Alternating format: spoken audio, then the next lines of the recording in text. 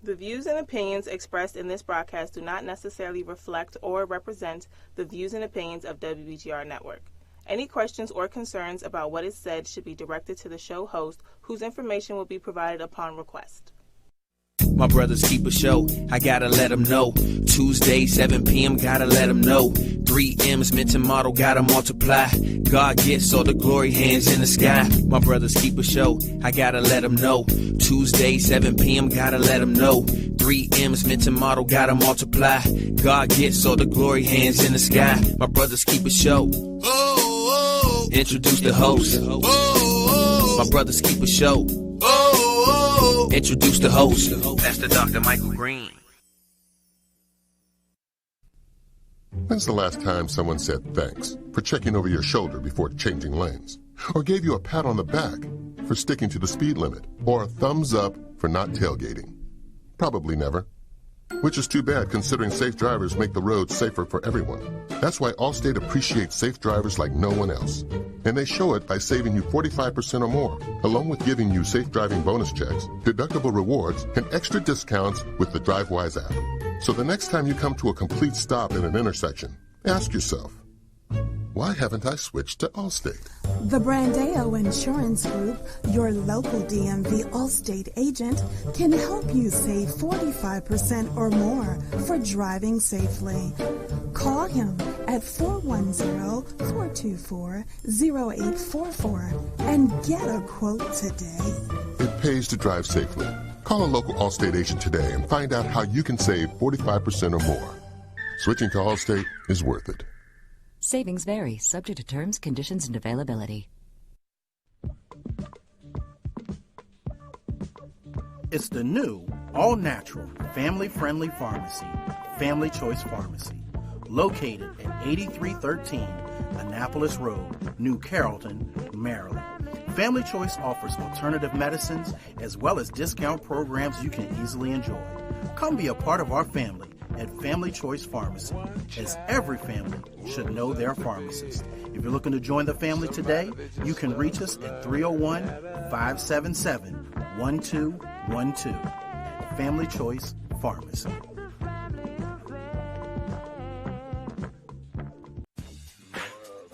If you like to roller skate, you will love Lanham Skate Center. We offer all kinds of specials, birthday parties, skate classes, and more. You can even reserve the rink for a special event. Skate rentals only $3, so roll on over to Lanham Skate Center today.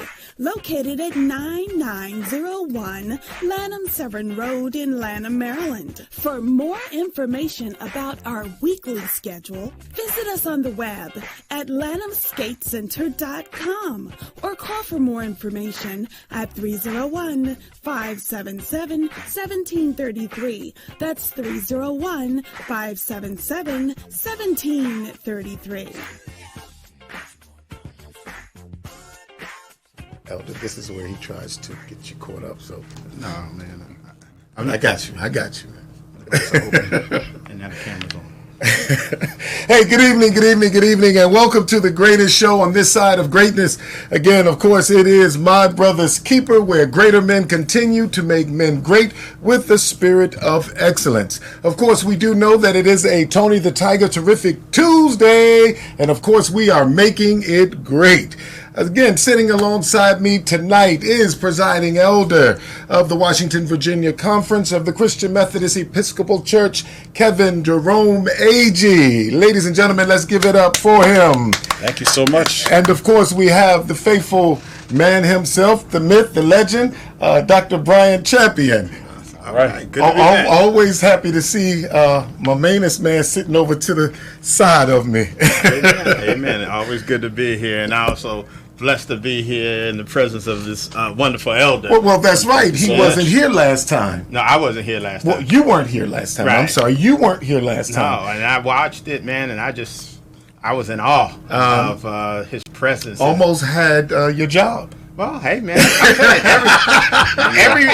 every organization needs to upgrade at some point. So That's real good. That's good. I understand. We actually talked about that one day, a couple weeks ago. We were talking about how when you have respect for someone, yes, and how God allows you to just move aside to make way for greatness. That's all right. And that's all right. That's all right with me. Make it. Did he just do that?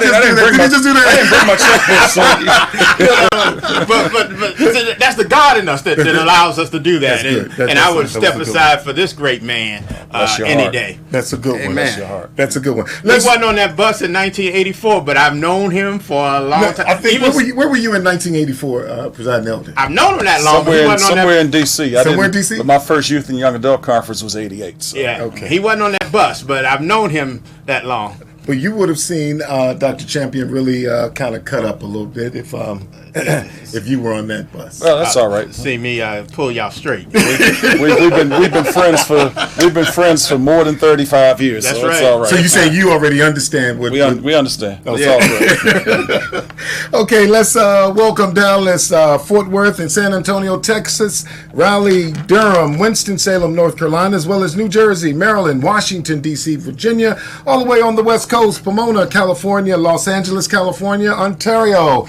And I'd like to thank Bishop Jelani Kafela for his support on the West Coast. Also, we would like to thank our presiding Bishop Prelate of the Christian Methodist Episcopal Church, Bishop James B. Walker.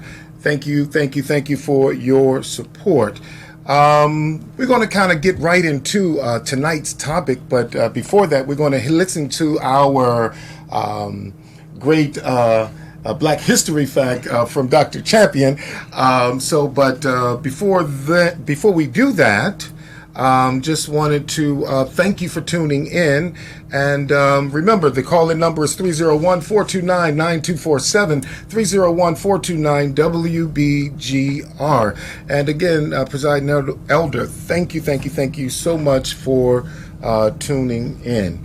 And also remember, Roku, you can watch us on Roku. You can download the WBGR app on Fire Stick. Watch us there. Also, we have signed a contract with Apple TV, so you can watch us on Apple TV as well. Man, I'm telling you, this is blowing up. We about to blow up. That's right. That's right. So remember to like and share. But I'll talk a little bit more after you give the Black History fact. Okay, all right. A person of interest. Okay, yes. We want to acknowledge somebody, our person of interest, but I also want to just say hello to Sister Beverly Sessions, who is away this week at an undisclosed location, vacation and everything, and that she actually sent me an email and said, while I'm away, it's your job to keep Dr. Green straight. So I just want to let you know that there's no cutting up today, that you're going to do your thing. And I have our executive producer's, endorsement to keep you straight today. So yes, you do. Amen. Yes, So our Black History person of interest today, we decided, looking at the calendar, today's July 30th. Yes.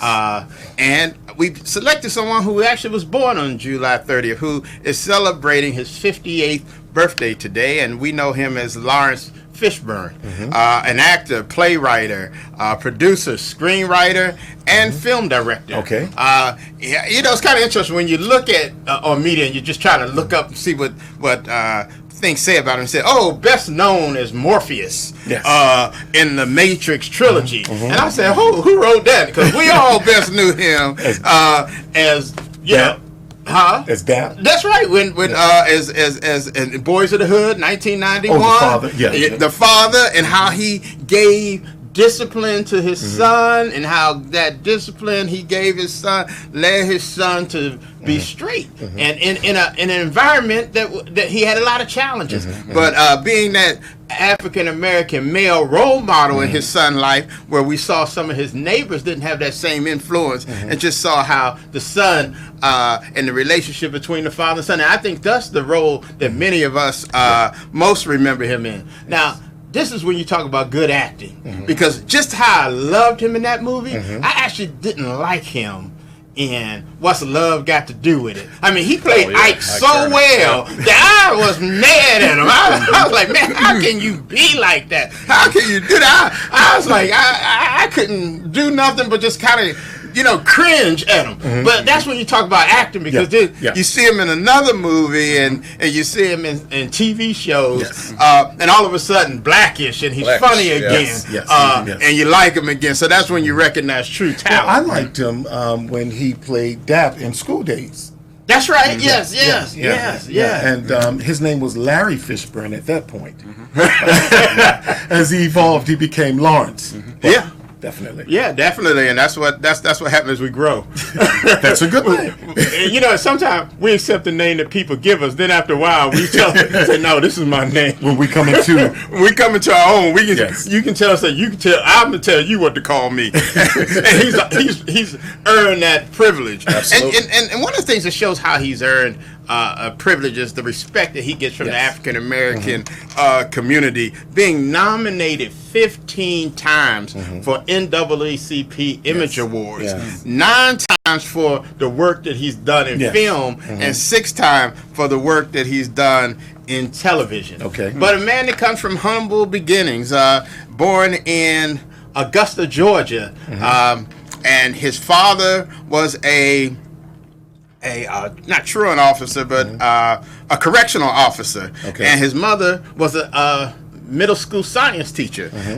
His mother then left there and went to New York, and that's where he actually raised and finished high school in New York City. But we just want to acknowledge him and say happy birthday, Lawrence Fishburne, and you are our Black History Person of Interest today. Amen. That's good. Lawrence Fishburne. Lawrence Fishburne. I think it's awesome the way that he can play multifaceted roles. He can play Morpheus, and then play having played Ike, and now he can play Morpheus. Right. And he just continued to transform. And a lot of other things that we just don't really think of him as being on, but he was on shows like CSI. And other shows where he was a regular character. You know one that Nelda might be familiar with this one, but I don't know, you might be too young for this one. Cornbread Earl and Me. Oh yeah, I remember the movie. Yeah, I don't remember him in it. He was the little kid. Oh yeah, he was a kid then. Oh, he was a kid. He saw Cornbread be shot. He saw him get shot, and he had to testify. And he's about 11, 12 years old. Yeah. Wow. You shot Cornbread. Yeah. Okay. Wow. So that just goes. That was a good movie. That just goes, and that's why and we do these things and have these discussions because Wikipedia doesn't do African Americans justice. Yeah. They talk about certain things, but they leave out a lot of the things that are very important to our culture and our community when they tell a person's story. Yes. And what you just acknowledge is something that's very meaningful. Yeah. And a lot of people do remember the movie Cornbread Earl and Me. Yeah. And I think he played the gangster in Frank, I think it's Frank White. It was a movie called The Gangster. Hoodlum. Yeah. And I was actually thinking about his role as a professor in Higher Learning. That's right. Yes. Many roles. I mean, he just continued to transform himself. And then Deep Cover was a movie where he was undercover. And he went deep. He had what you call a transformation.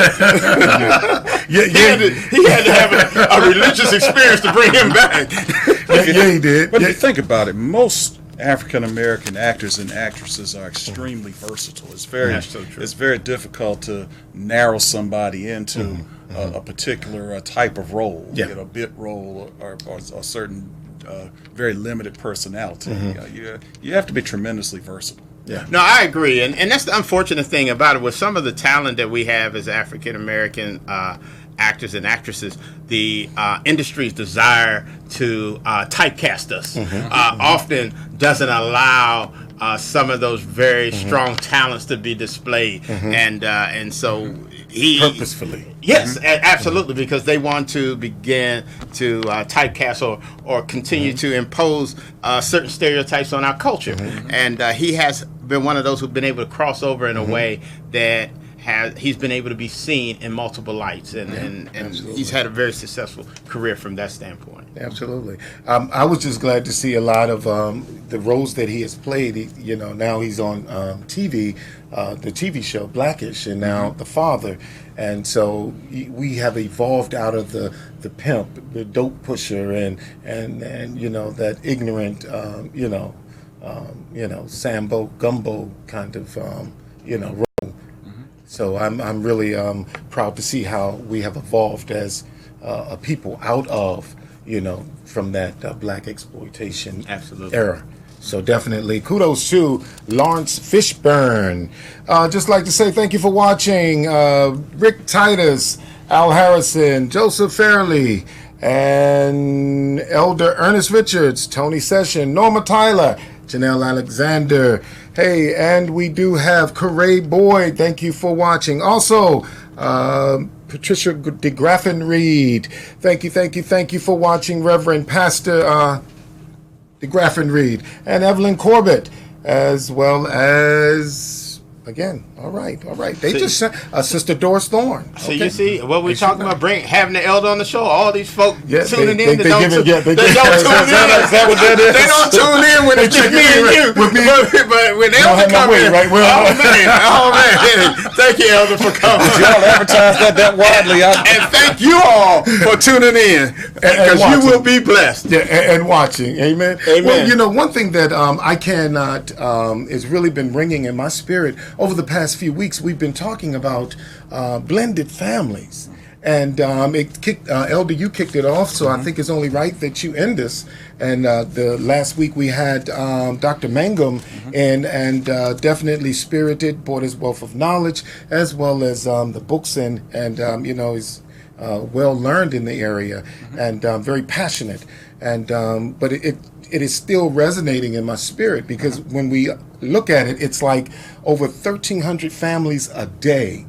1,300 families a day, start with a bonus dad. A father leaves the home, but then a bonus dad comes in, and I'm like, wow, that's truly amazing. But it's really not talked about enough. And I think really that could be a ministry all in itself within the church, because again, many people are dealing with that. What's your take on that, Elder? It definitely can be, and I think I probably alluded to it at least briefly when we were on a couple of weeks ago, in terms of my own pastoral experience mirroring the statistics that are out there, because I think I did allude to, over the past probably 20 years or so, only having done 2 marriage ceremonies where it was a traditional, bride and groom who were single, never been married before, and neither partner in the relationship had children from a previous relationship. So the overwhelming majority, by far, of the marriage ceremonies that I've officiated as a pastor have been uniting what would become blended families. And I myself am in a blended family. And thanks be to God, our families have blended together very well. So it's more than a notion, and that can be a ministry in and of itself, because persons do need to build those relationships, and people do need some tools in terms of how to effectively blend 2 families together as one. Yes. Well, when you talk about the only 2 couples that did not have any children when you married them, what was that like? I mean, being in ministry, I'm thinking like over 19 years, at that point 20 years, and to see a couple with no children, the step coming into the step place, what was that like? Well, I mean, it was exciting. Actually, one of the couples was our youngest son and our daughter-in-law, and the other was actually Pastor DeGraffin Reed's daughter and son-in-law. Those were the 2 couples. Those are the only 2 couples I can remember of about the last between 15 and 20 years that I've officiated the ceremony, where neither the bride nor the groom had been married before or had children from previous relationships. So it was exciting to be able to have a chance to do that. But by the same token, looking at what is or what has now become the norm, the blended family is the norm. So for me, I believe that God uses, when you're in pastoral ministry, or for that matter, when you're in ministry in general, God uses your life experiences to help you be more effective in your ministry. So for me, as a pastor for 30 years, 6 of them as a presiding elder, but mostly 30 years as a pastor, the fact that I do have that experience, it really helps me when I sit down with couples, because as opposed to giving them something that I've read out of a book, a textbook or how-to book, or something that I've read from an expert, as opposed to giving them theory. I actually have a frame of reference, so I have some praxis to merge with the thesis. Amen. I'd like to welcome Sister Leslie Cash Tibbs and Dee Dee Tolson, Sister Francelle Price, Sister Jacqueline Upshur Price, and Reverend Willie Corbett. Thank you guys for tuning in. Dr. Champion? Well, first of all, I'd like to say thank you, Elder, for, I think what's important that you said is that this is now the norm. And so I think as a society, we have to begin to recognize that this is a norm and not something that is different or strange. And if we treat it as it's different or strange, then we don't deal with it appropriately. We find that sometimes when people are not comfortable with these things, they make decisions or they want to hide certain things because a woman doesn't maybe say, I have a family, because she doesn't know if a man will accept her as a wife. A man doesn't want to often talk about the children that he's had outside of his relationship. So they come into these relationships playing games from day one, because they think that there's something wrong with bringing children into a family. And like I said, this is becoming the norm. And so I appreciate you acknowledging that. And I think that's very key for how we have to begin to look at life and look at society. And it should be our expectation to accept blended families. I find that, I'm not working every day anymore, so I'm home during the day, and there's a lot of junk on television. And so there's a lot of things on TV that will lead you to believe that a blended family is dysfunctional just by being blended.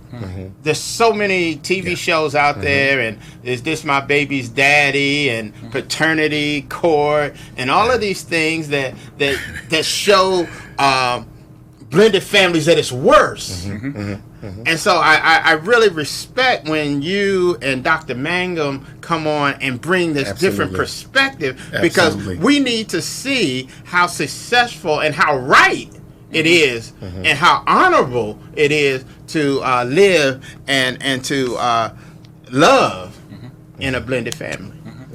Well, unfortunately, in some circles, negativity and sensationalism sell advertising space. So that broadcasting industry is all about what sells advertising time, and a lot of times the negativity, the sensationalism will be what sells. But truthfully, whether a family is functional or dysfunctional really is going to depend upon the dynamics of that particular family. Just because you have a certain experience does not mean that your family has to be dysfunctional. For example, I talked exclusively when I was on a couple of weeks ago about my relationship with my wife and our sons and our 5 grandchildren, and doing pastoral care for blended families. I wasn't necessarily in a blended family at home per se, but I am a child of divorce. I mean, my parents were divorced when I was very small, before I knew what a divorce was. And when I talked about my personal experience of growing up, you would never have heard me say anything about coming from a broken home. I feel like I had 2 loving homes. I lived in the house with my mother and my grandmother all the time. But when I went over to my dad's, and as I said when I was on here before, the only reason I referred to my dad's late wife as a stepmother was just because my mother was alive and well, until after my stepmother had gone on to glory. Otherwise, I wouldn't even have used that, because she treated me just like she did my younger siblings who are her biological children. But the bottom line is, when I was at home with my mother and grandmother, I had one loving home. Then when I went to spend weekends or a few days at my dad's, I had another loving home. So I didn't come from a broken home. I had two loving homes. So really, it's all about the people who are involved in the relationship being able to function. And some of that is dependent upon parents. Just because you didn't make it in your marriage or in your domestic partnership or in your intimate relationship, whatever that was, that doesn't mean that you have to act ignorant. After your physical intimacy and after that relationship is gone. I mean, you have to learn how to coexist. You have to learn how to be cordial. Ideally, learn how to be friends for the sake of raising healthy, happy children into healthy, happy adults. So you think that a lot of times we jump in the bed before we develop relationships and understand who a person really is? Unfortunately, there are a number of folk who do that. Or, sometimes things do happen. Maybe sometimes folk enter into relationships without adequate counseling, and they don't wrestle with, certain issues and family dynamics and other things that contribute to dysfunction. Sometimes things happen that change who people are. Like sometimes someone, one partner or another might, become impaired by the disease of alcoholism, addiction, whatever. Sometimes there's abuse. I mean, there could be all sorts of things that destroy a relationship. So some of it has to do with being careful. And I mean, folks should be very careful about who they become intimate with, and really be prayerful about whether you want that individual to be the parent of your children, because that could happen. But bottom line is, just because you didn't make it, just because your relationship didn't make it, doesn't mean that you can't be friends beyond that, and it doesn't mean that you should, poison your children's attitudes about the other parent. And that's definitely horrible. That's definitely inappropriate, to say the least. Speaking ill of the other parent. Absolutely. Absolutely. I mean, you ought to teach, teach your children to be respectful, of the other parent. Absolutely. Okay. And I think that the counseling that you refer to is definitely important. I mean, we would at any point in time recommend premarital counseling between two people before getting married. But I believe there's a whole new line of questions that have to be addressed in the blended family. And the reason many marriages don't work is because we don't ask each other certain questions. So we enter marriage with assumptions. And when those assumptions don't become reality, then we become discouraged. And in our discouragement, we find that we are not enjoying this thing called marriage.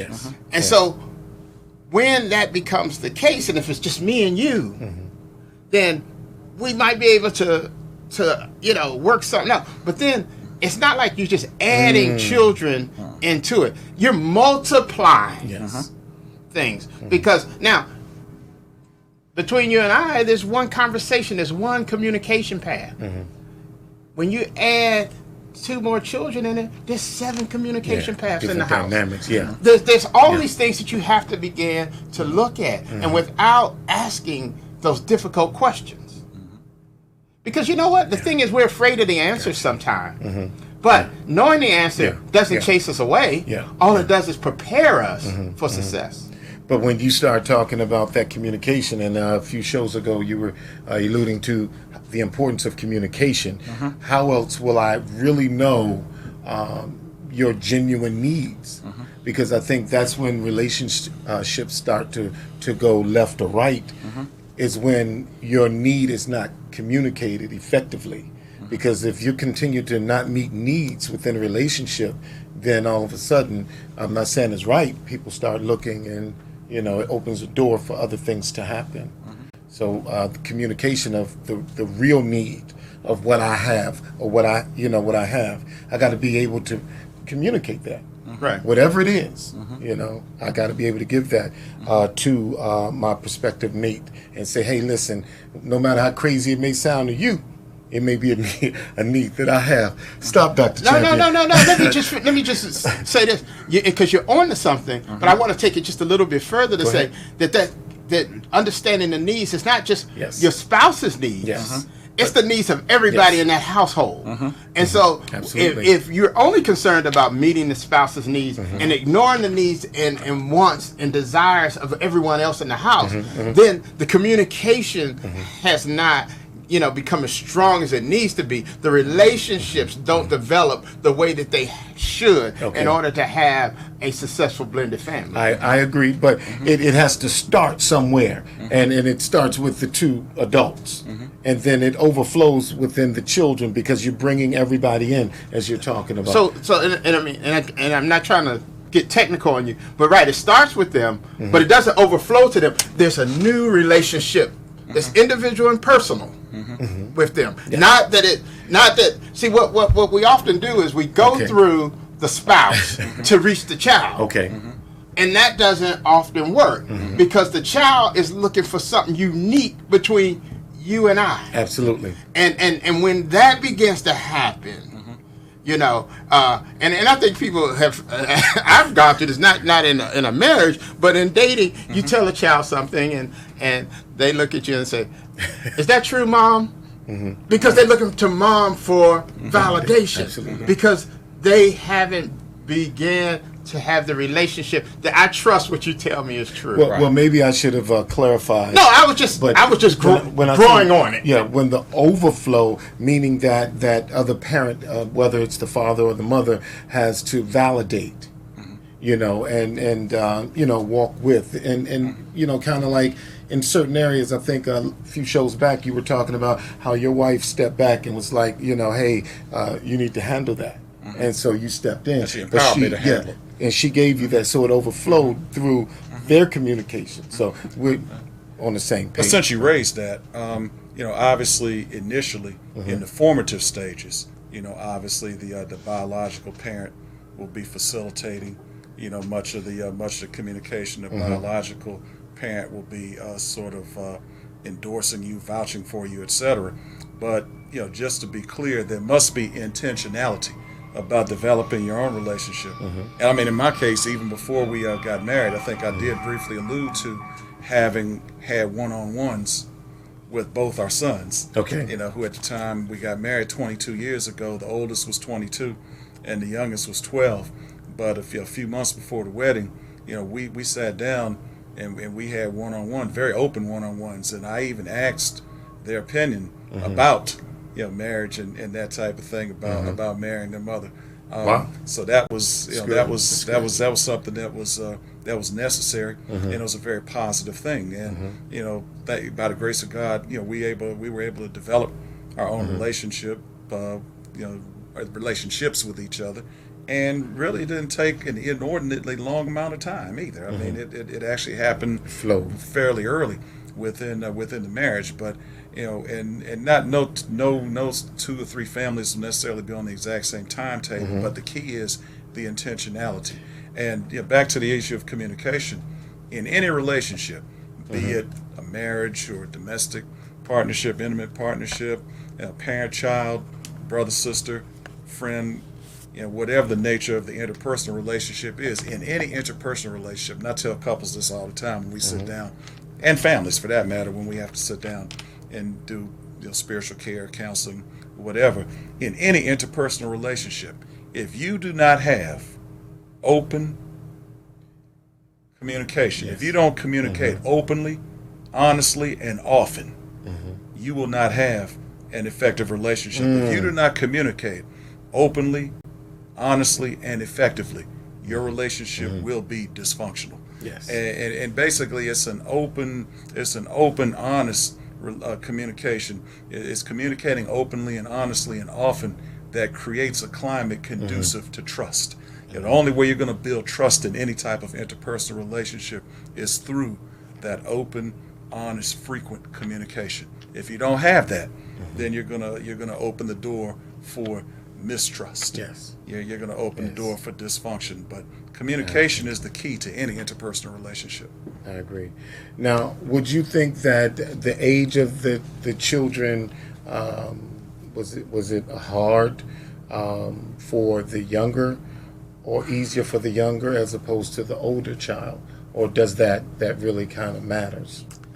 I think a lot of that will depend upon the individual situation. I think that's something that you probably have to evaluate on a case-by-case basis, and some of it will have to do with the nature of the breakup of the relationship between the biological parents.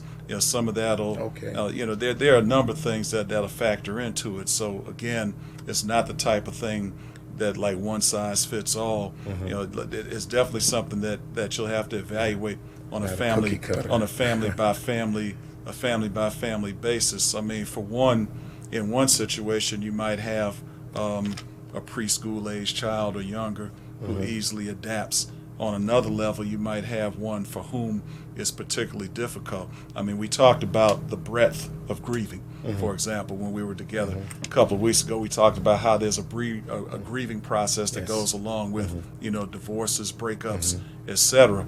And, it really, a lot of that will really depend upon, if the child, regardless of his or her age, has, unresolved, unprocessed grief issues that they haven't had a chance to work through, dealing with the previous relationship. So there might be an adjustment. There could be one situation where, you could find one situation where it was really good for the family for the parent who's not in the picture to no longer be in the picture.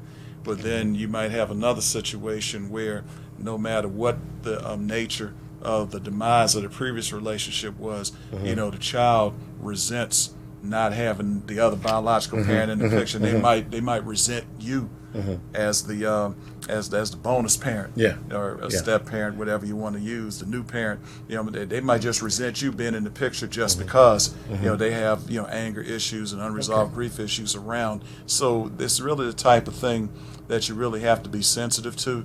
And if there are those types of issues, then whoever is coming into the relationship, whoever's coming into doing the blending, you have to be sensitive to that, and you have to understand that it's going to take this child a lot longer to adjust. So it might take you a lot longer to establish that relationship where it took me.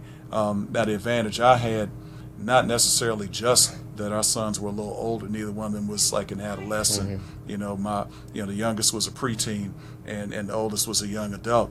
But the biological father had been out of the house for 10 years, so they had a chance or more. So they had a chance to adjust to the biological father not being in the home. So, I didn't have to deal with the resentment of me being in their mother's lives. So for me, it was easy. Basically for me, well, I shouldn't necessarily say it was easy, but for me, the blessing was, as long as I treated their mother right, then I was going to be okay with them. I mean, that's, once we built the relationship, had the conversations that we alluded to, that's the way it came out. But again, every situation is going to be different. Some of the particular circumstances will be different. So you have to evaluate that particular state of circumstances in every family dynamic. It's different. I'd like to welcome Tanika Swan, Robert Nickens, and Jacqueline Upshur Price to the show. Thank you guys for tuning in. Thank you. We mentioned that it is good to do the counseling and blending everyone in. At what point would you suggest integrating the counseling in with the young children, or would you advise going in? Because again, say the young child is grieving, and so do you encourage the bonus parent coming in to involve themselves, or to kind of fall back and wait on an opportunity or that moment? And again, not to avoid a difficult question, but again, you have to evaluate certain things on a case by case basis, and there may need to be some intervention, just with the child and the biological parent, if the biological parent will permit it, just with the child and the counselor, and permit the child an opportunity to tell the counselor some things that maybe he or she has not even told the biological parent, so that so that the counselor can really get a handle on all of the issues. Because again, there are no rules around grief, and no two people will grieve the same loss the exact same way. No two people will handle the same critical incident and process it exactly the same way. So we have to allow for the differences between the way individuals process similar grieving incidents and losses. Okay. Yeah, I do agree that there is no no cookie cutter. Let me just throw this one out there. What would you say to a blended family going in, and the mother says, well, you're not going to have any leadway to discipline, to say anything to my children. These are my children. You can't say anything to them. Wow. I mean, because it happens. Right. And so. And that's really a very difficult thing to do. Now, maybe something like, say, corporal punishment or that type of thing. I mean, I could understand that at least initially, but I mean, there's a real broad issue there. I mean, for one thing, and maybe I'm showing the fact that I'm almost 60 years old now, but I mean, I do have some old-fashioned values as relates to raising children, and I'm still one of those fools who's crazy enough to believe that all children ought to be taught how to respect every adult. So there's something about respecting people who are older than you are. I mean, I'm almost 60 years old. I still respect folk who are a lot older than I am. I still respect folk who are like mid-70s, 80s, 90s, who are old enough to be my I see the way parents. how you respect Dr. Champion. Help him, Jesus. Don't go there, man. He's younger than I am, man. But at any rate, he's gonna get it before it's over. At any rate, now we promised Beverly we weren't gonna cut up, but at any rate, all jokes aside, I mean, on one level, you need to be. If you're a minor, you need to be taught to respect, every adult, especially an adult who's going to be in your home. And a part of what I do when I talk to couples about premarital counseling, I do talk about the importance of the couples agreeing on what's going to be the strategy, the philosophy for child rearing, because you have to be on one accord.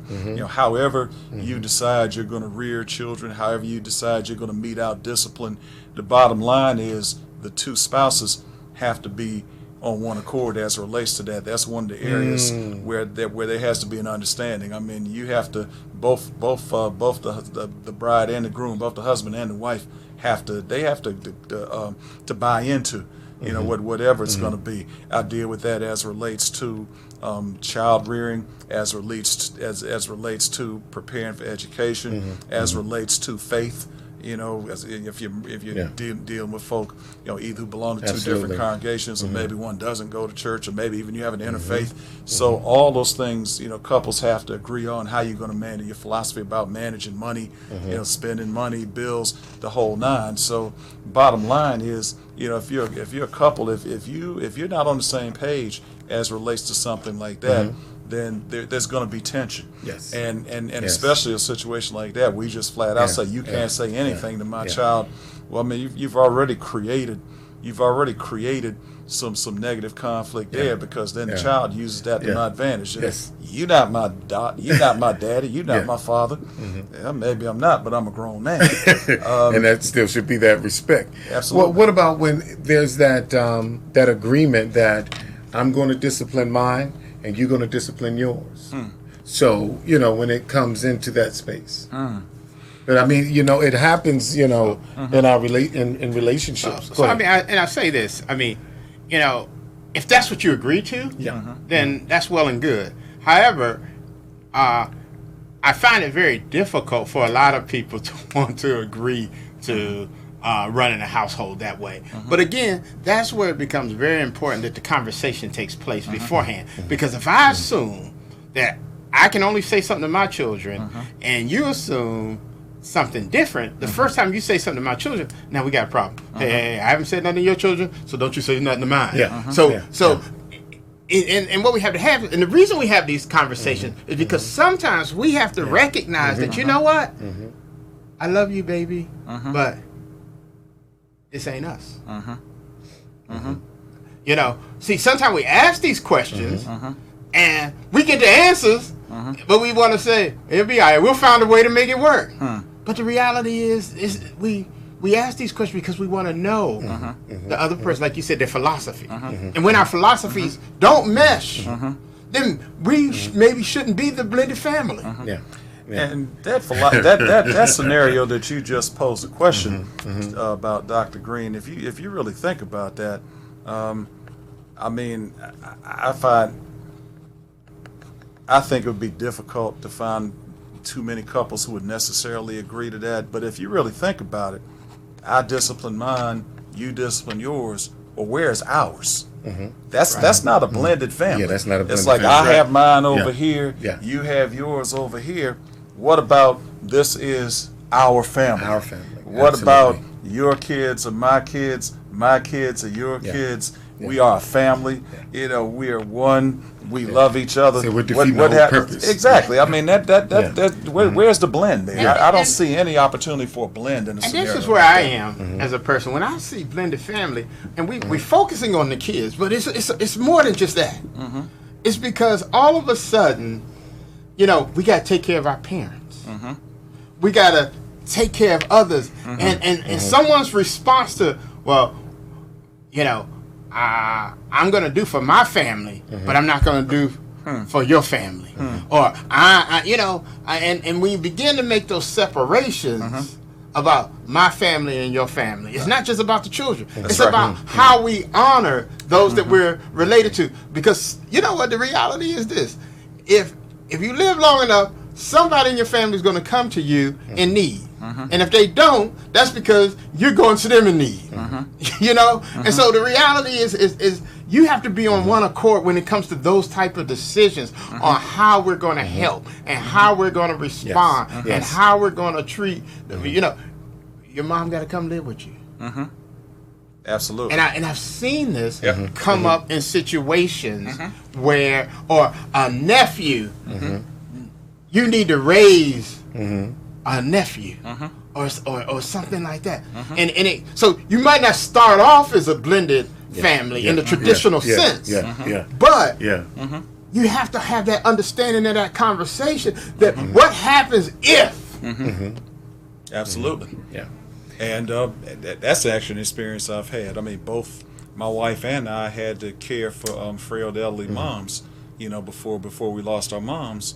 And you know, when I had to relocate my mother and grandmother from this area up to Jersey City while I was serving in Jersey City, and they lived in the house with us for about 5-6 months before we got my grandmother into a nursing home. And after my grandmother passed away, my mother lived with us for another 3 years after my grandmother passed. So you know, that's something we had to do. And you know, when I was caring for my mom dealing with complications from dementia, I mean, my wife was a tremendous partner. I mean, I don't know what I would have done without her help in that scenario. And you know, my mom passed the day after Christmas of 2009, but then my mother-in-law became incapacitated. So then we were in Syracuse, but we would go to Syracuse down to Bridgeport, you know, because my wife was, you know, took the lead in caring for my mother-in-law. But then the roles were reversed. So I was right there with her, just like she was right there with me. So that's part of the way that the family was together. That's right. So in that particular scenario, man, we lost my mother-in-law New Year's Day 2012. But you know, you support each other when it goes through that. Family is family, and so you have to join those families. And I'll say this, and I'll get off the subject of my own family, but I was just you know, the young lady we saw in the studio before we started, she said something to me actually said something to both my wife and me at the appreciation celebration last weekend for Reverend Oliver. She was talking about, I didn't realize it, but she knows my sister, my younger sister, very well. And she was talking about how much my sister loves my wife. And she doesn't call my wife her sister-in-law, she calls her sister. That was tremendous. So that's an example of the blessing of how our two families have blended. Yeah. So I think I mentioned it in passing, that old cliche, folks say you're not marrying the whole family. Well, you may not be marrying the whole family, but if you have dysfunctional relationships with your spouse's family, eventually your marriage is going to be dysfunctional. Yeah, I agree. I do believe, we do marry families, and we have to govern ourselves accordingly. Dr. Chan? No, and I think I kind of alluded to this last week, is that as an African American community, we've always looked at the blended family, the extended family, and now all of a sudden we want to start playing like the more traditional, Euro families in America, and not accepting those roles and responsibility as the blended family. Because now when I grew up, everybody on the block was our family. I mean, our neighbors were our family. When you go to church, then your church members are your family. When you go in the store, I remember I was in the store one time and I was doing something I wasn't supposed to do, and the lady gave me a little look, and I got scared and left the store. Because I respected her, because she was family. And so when we get back to that type of feeling about, it makes it so much easier now to accept those who are not blood into our home as family. I agree. And what Dr. Champion just highlighted, that really illustrates that old African proverb, it takes a whole village to raise a child. That's right. And back in our day, the village did share in raising the child, and the village could discipline the child. And if somebody in the village had to discipline you, once they told your parents, when you got home, you got disciplined again. That's because somebody else in the village had to discipline your child. Well, and that whole scenario that Dr. Champion laid out, it really goes back to slavery, when folk were separated from their tribes, and folk around you had to become your family. That's right. And if you look at the slave church, which scholars of black church history call the invisible institution, if you look at that whole nature, that's part of the reason why, especially in the traditional black church, but in other Christian churches too, you can point to that history as part of the primary reason that we address one another in church as brother and sister so-and-so, because there was a time when that church literally was your extended family. Yes. That's right. Yeah. That's right. And you remember that experience, because you remember how Miss Gray had to get behind you back in the day, and how when a little something was going on and she got behind you and you looked at her and you said, "Yes, mother." Yes, absolutely. You looked at her, you said, "Yes, mother." Yes, and while I was saying "yes, mother," I was pressing the elevator button. You were running, trying to leave. Yes, absolutely. But that's the way we were raised, is that hey. Well, one thing is that my mom, her name was Nadine, and I always give these little sayings, pearls of wisdom that she gives. She said, wherever you pitch a tent, that's where the circus going to be. So wherever you act up, that's where you got it. So wherever I went, I governed myself accordingly, because it was like, okay, someone told her I was out of line, out of order. That's where I was going to get it. Right. And like Elder said, when somebody got behind you, sometimes you were thankful. Say, okay, I got it over with, because they were going to get you and not go home and tell your mom. So you're like, okay, at least I got it. Because see, when you go home, and they told mom, like, see, you're going to get it the second time, but I wasn't going to get it from mom. Right. I wasn't getting it from mom when I got home. So it was like, okay, thank you, Miss Such and Such. I'm good. You don't even have to tell my mom and dad. Well, in those cases, after Miss Gray would have got me, then the circus would have really been at home. So it's like, hey, I'm good. I'm on my P's and Q's. But that's something that I think a lot of times we've gotten away from. Parents who... children who grew up with parents like that, where someone tapped you on the backside, and then your mom got you when you got home. They adopted the philosophy that, hey, ain't nobody else gonna hit my kid, because they came away with a bad experience. And it starts there with, don't no one else touch my child, and don't you do it either. I know that I'm letting you into my life, yes, but don't you do it either. Yes. And because of that, then families don't blend. Yes. And that's what Elder said. We got to have those hard conversations. And that's why we have that's why we see what I was referring to on television earlier today is dysfunction in the blended family. It's not because they're not happening. It's because people are not allowing blending to take place. Yes. They're just allowing a superficial connection and not a blend. You have to be very intentional about building the relationships that will allow the family to blend. It's not just going to happen naturally. There needs to be some intentionality. You have to work on building the type of relationships. You have to work on the type of communication. You have to work on building trust. Absolutely. And folk will allow you. It's kind of like with Dr. Bryan being a real strong layman in the church, a preacher's kid, and both of us being pastors. It's kind of like that old adage, like just because you show up with certificate of appointment from the bishop doesn't mean you're the pastor. Your congregation will let you know when you're the pastor. I mean, the same when you're merging two families together and you're uniting with your spouse's family. Family members will let you know when you are part of the family. Your in-laws will let you know when you are a son or daughter. Those children will let you know when you are that second parent, that bonus parent, if you will. Those siblings will let you know when you are a brother or a sister. Family will let you know when you really become a part of that family. But you have to work at it, and there has to be some intentionality about building those relationships and engaging in that communication. That's true. That's true. I agree totally. People will let you know whether you're their pastor or not, their sister, their brother, and you're that bonus. They absolutely will. And I just want to say one last thing on this, and this is because sometimes we get discouraged when a child or a family member doesn't accept us as quickly as we want to be accepted. It's intentional, and it takes time.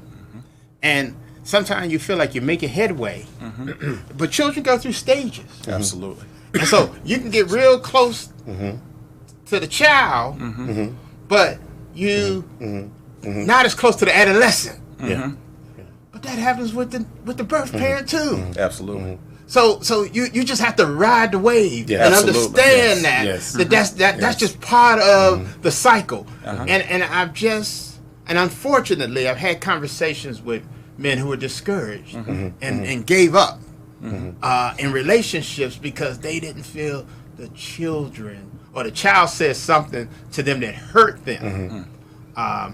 It's always going to be me and my mom. And you know what you're supposed to say? You're absolutely right. Yeah, it's always going to be in you and your mom. And I'm not here to replace that or change that. Absolutely. Absolutely. And that's what they need to hear.